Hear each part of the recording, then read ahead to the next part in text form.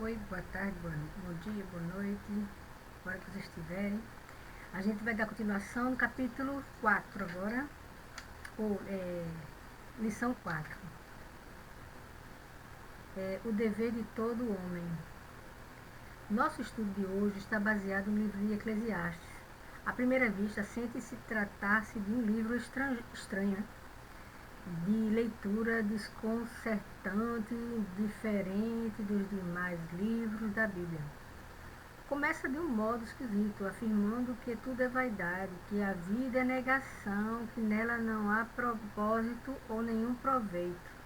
Alguém que leia o livro de maneira desavisada talvez queira investigar como e por que chegou a fazer parte da Bíblia.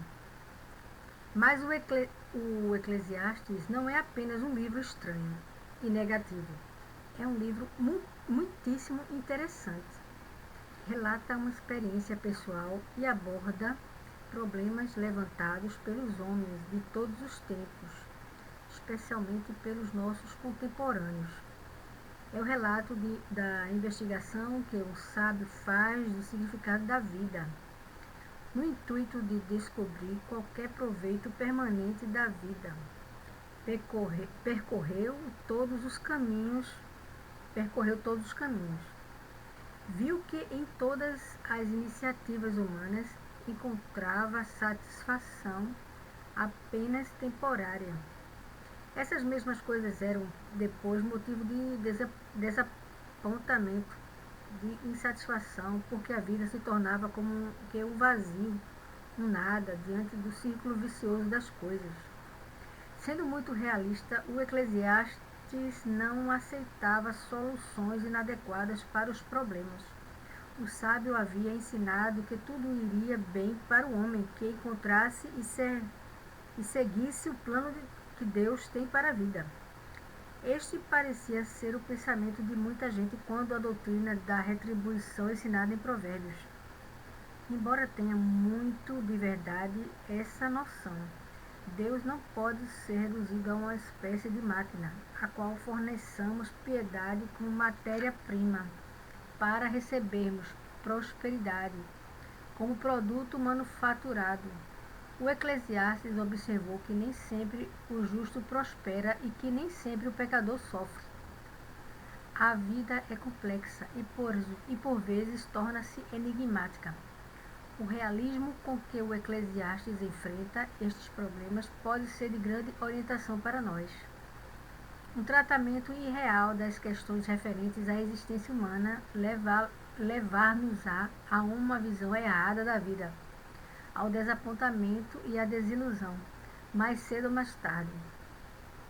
A sabedoria de Deus se expressa por atitudes realistas no viver diário e no reconhecimento da natureza ilusória das riquezas. Eis que o Eclesiastes vai terminar com uma nota de otimismo. Reprova como fútil a vida que se afasta de uma fé profunda e firme em Deus, ao mesmo tempo em que enaltece a sabedoria da vida que se orienta pelo plano de Deus e que se subordina ao seu controle. A conclusão, depois de muitas afirmações pessimistas, é que, na investigação do significado real da vida, a satisfação plena só é encontrada na submissão do homem a Deus. O dever de todo homem. Aí vamos entrar agora nos livros de Eclesiastes, capítulo 5. 1, Guarda o teu pé quando fores à casa de Deus, porque chegar-se para ouvir é melhor do que oferecer sacrifício de tolos, pois não sabem que fazem mal. 2. Não te precipites com a tua boca, nem com o teu coração se apresse a pronunciar palavra alguma na presença de Deus, porque Deus está no céu e tu estás sobre a terra, portanto seja poucas as tuas palavras. Falar pouco. Porque na multidão de trabalhos vêm os sonhos, e da multidão de palavras a voz do tolo. 4. Quando a Deus fizeres algum voto, não tardes em cumpri-lo, porque não se agrada de tolos. O que votares, paga-o. 5. Melhor é que não votes do que votares e não pagares. 6. Não consintas que a tua boca faça pecar a tua carne, nem digas na presença do anjo que foi erro, porque razão se iraria Deus contra a tua voz, e destruiria a obra das tuas mãos? O dever do homem em relação a Deus. O dever do homem em relação a Deus. Já sei. O homem deve a Deus reverência e adoração sincera. Versículo 1. Tanto porque Ele é o nosso Criador.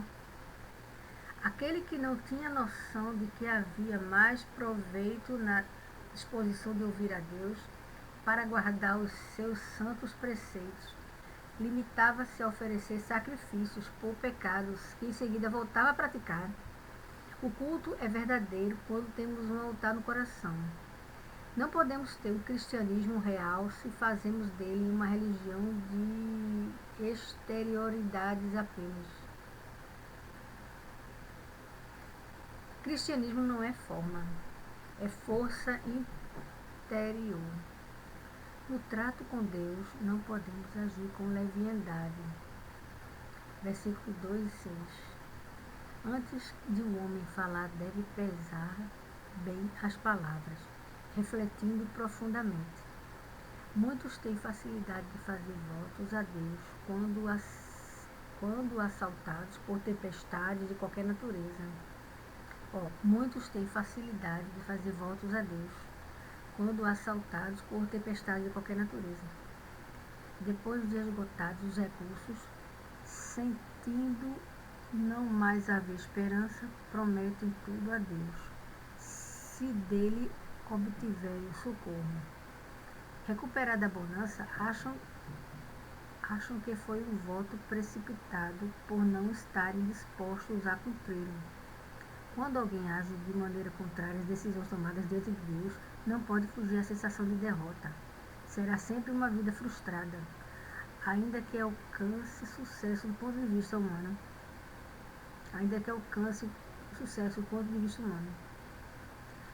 As vitórias não apagam a consciência de ter sido infiel a Deus.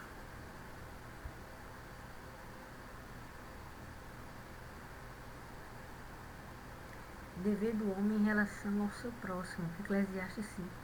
Se vires em alguma província a opressão de pobres e a perversão violenta do direito e da justiça, não te maravilhes de semelhante caso, pois quem está altamente colocado tem superior que o vigia, e há mais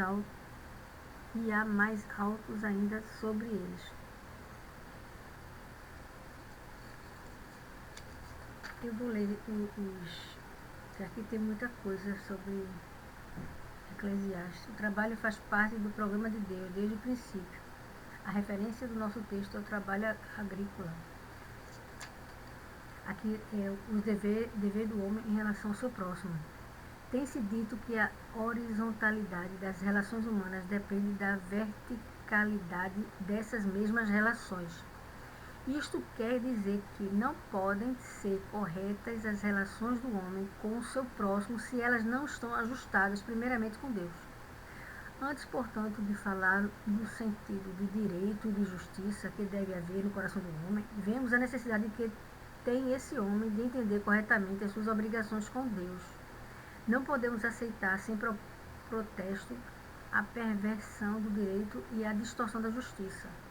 O escritor sagrado fala que havia autoridades maiores a quem recorrer no caso de má aplicação do direito e da justiça. Se todos os juízes do mundo tivessem noção precisa de que as suas decisões são também julgadas pelo justo juiz, que é a última de todas as instâncias, nunca veríamos o direito e a justiça transformadas na razão do crime, nem a civilização caminhar para a barbárie. Dever do homem em relação ao trabalho. Eclesiastes 5. O proveito da terra é para todos, até o rei se serve do campo. O trabalho faz parte do programa de Deus, desde o princípio. A referência do nosso texto é ao trabalho agrícola. Versículo 9. A terra deve ser lavrada de modo que possa produzir para todos. A primeira atividade do homem foi a de lavrador. Nem mesmo o rei pode prescindir do homem do campo, mas a colheita farta exige mão de obra. Sem trabalho não se consegue fartura. Devemos considerá-lo, pois, como bênção e não como castigo de Deus. O trabalho deve ser considerado como bênção e não como castigo de Deus. Havia sido estabelecido como norma divina antes que o homem se desviasse pela estrada do pecado. Aparecem juntos, ao mesmo versículo, o rei e o lavrador, para nos ensinar que as necessidades fundamentais do homem não olham distinções sociais.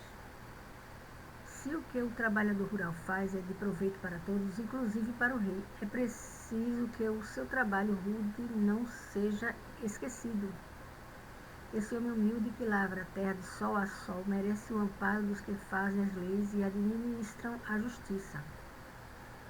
Dever do homem em relação às riquezas. O Eclesiastes 5 ainda. Quem ama o dinheiro não se fartará de dinheiro, nem o que ama a riqueza se fartará do ganho. Também isso é vaidade. Quando se multiplicam os bens, multiplicam-se também os que comem. E que proveito tem o seu dono, senão o de vê-los com os seus olhos? Doce é o sono do trabalhador, quer coma pouco, quer muito, mas a saciedade do rico não o deixa dormir. As riquezas não são um mal em si mesmas. Elas podem ser usadas para o benefício de quem as possui e servir de bênção para muitos. Tudo vai depender do homem que se diz seu proprietário. Se ele não é mordomo de Deus, se não reconhece que elas pertencem a Deus, que as entregou para que ela as administre, então ele se engana. Em vez de ser dono, como imagina, é escravo dessas coisas. Seu pensamento permanente está em fazê-las crescer. Quer sempre mais, porque seu objetivo é ser dono de tudo. Aí nunca se satisfará, né? Jesus disse: que aproveitará o homem se ganhar o mundo inteiro e perder a sua vida? Mateus 16, 26.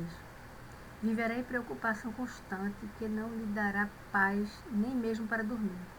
Estará sempre pensando nos imprevistos que poderão prejudicá-lo, em ladrões que poderão roubá-lo, numa guerra que tudo destruirá, numa desapropriação que o deixará de mãos vazias, numa crise da bolsa que o levará à ruína.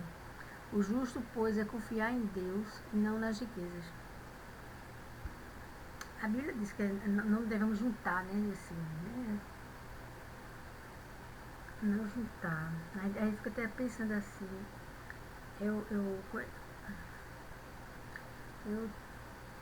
tenho uma tia que juntou um dinheiro aí bom, acabou comprando um imóvel, mas sua vida era tão bem sucedida, né? Deus te abençoado, e esse imóvel ela acabou dando pro irmão dela.